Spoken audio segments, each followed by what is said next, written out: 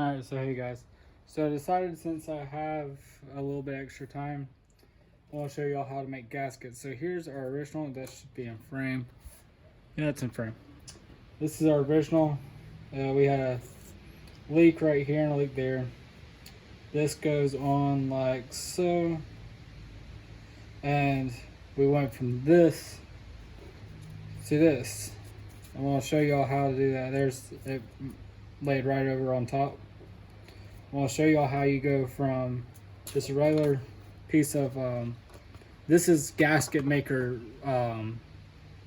matting. Comes in rolls at your auto shop.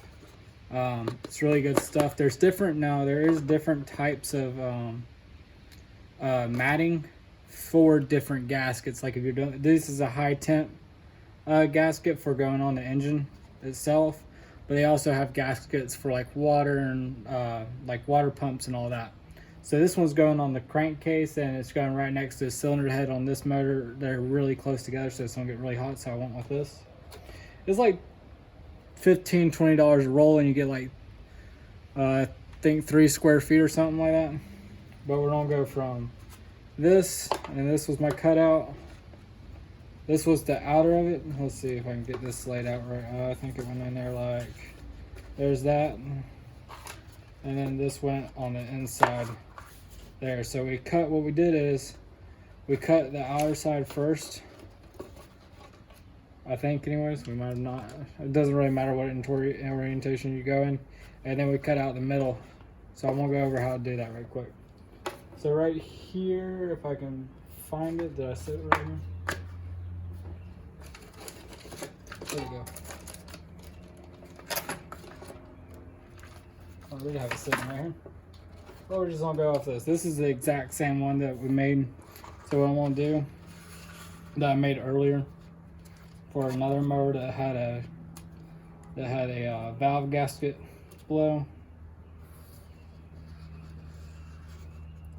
And all I'm doing right here is tracing around.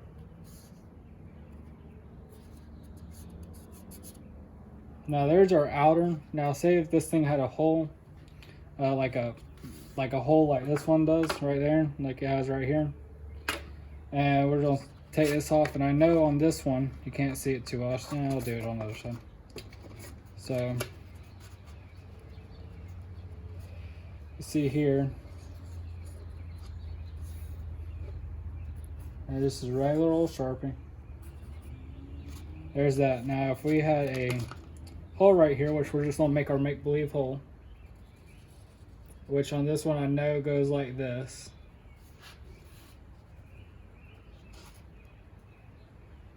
Now I'm not using this one, so because I already put the new one on.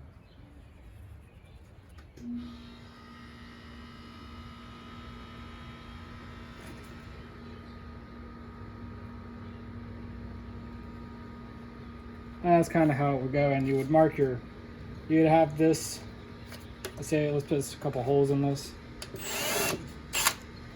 There's that. There's that. Let's say you had a couple holes in your gasket like this right here. There's 1, 2, 3, 4. Just line those up, and we're just gonna eyeball it. Now, of course, you would do this all in one shot, but I don't have the actual gasket. So there we go. You're now done with your marker. You don't need your marker anymore. Now we're gonna go through and we're gonna drill the holes out on here. And we're just gonna pretend like those holes are actually right there instead. There we go. Push that off. Now you have this. Now what I like to do, let me get that out on.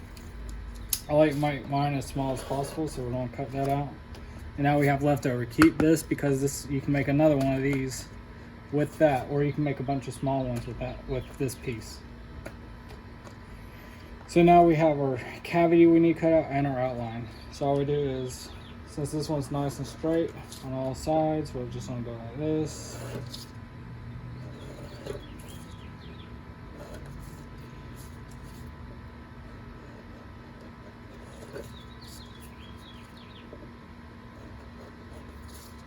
The reason I usually go with the outer first is because you cut the center, when you get towards the end of the outer, it becomes really hard to cut. So now we're just going to follow those lines.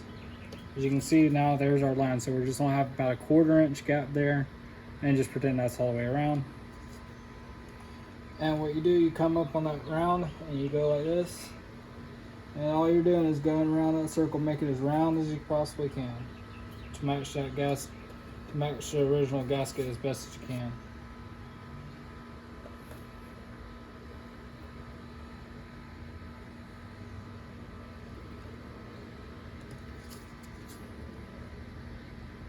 And when you're doing these types of gaskets, this section, hold on, let me go.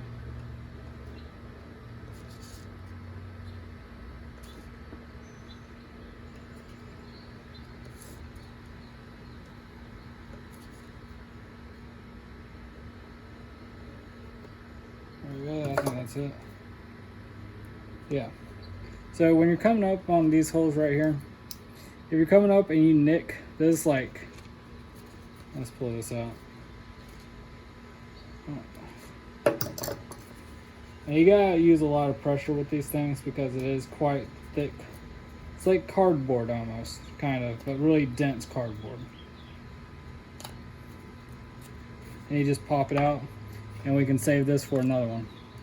Now if you go through and say if you like cut a hole right there into this thread, this screw in right here, like say if you did that, that's no problem. For this type of gasket, that's no problem because your seal is on the outside. It's nothing to do with the inside.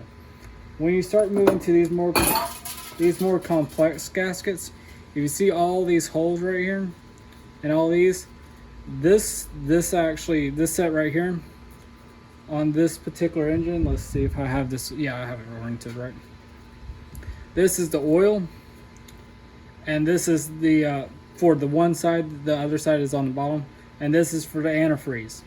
This goes to the cylinder, the head of the engine on this particular one, and this goes back into the oil reservoir to get pumped back through. Now if you get a nick from this hole to this hole, or from these two holes to this hole, then you actually open yourself up to a lot of problems. You can have premature leaks. You can have it burn because it's thinner. Especially if you're using the wrong type of gasket, you can read on the gasket maker label what it's made for. But that's how we go from a solid piece like this, from this to a piece like this. So we just went, and that would be used on a regular valve cover, because the valve covers get oil slung up into them. So you got put a seal on them so oil doesn't fall out. Now on really old models, you'll have a lead, old models. There's one that was I wanted to say it was in the 60s, and they had now I say old, but this one was in the 60s, and for the valve covers they had a lead gasket. And all it was basically like they did a solder joint is what it looked like. They didn't even bother screwing it. What they did is they screwed it, then soldered it with lead.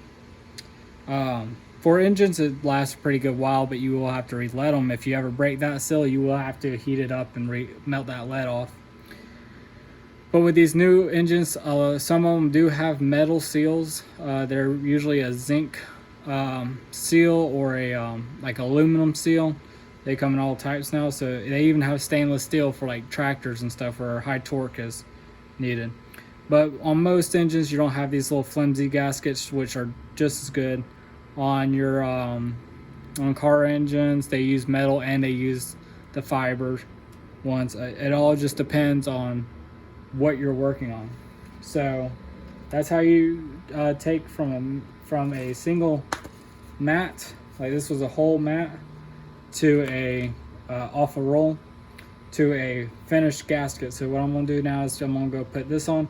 Now if you see how I'm not making these all clean, you can make them clean if you want to, but the reason I like to leave those little tapers on there is because when I'm putting the screws in, it will actually hold better to the screws. Now if you see these two larger ones right here that I need to finish out, there's one here and one here. Let's see, yeah, one here and one there. They're both larger. What are those? Those are centering pins on the cover that I'm pinning the gasket on. So what you do is you take this and you put it on your cover and it holds it there. And then you put your cover on, and while the centering pins are holding it there, you put your screws in. But that's how you do that. Y'all have a good one. Bye.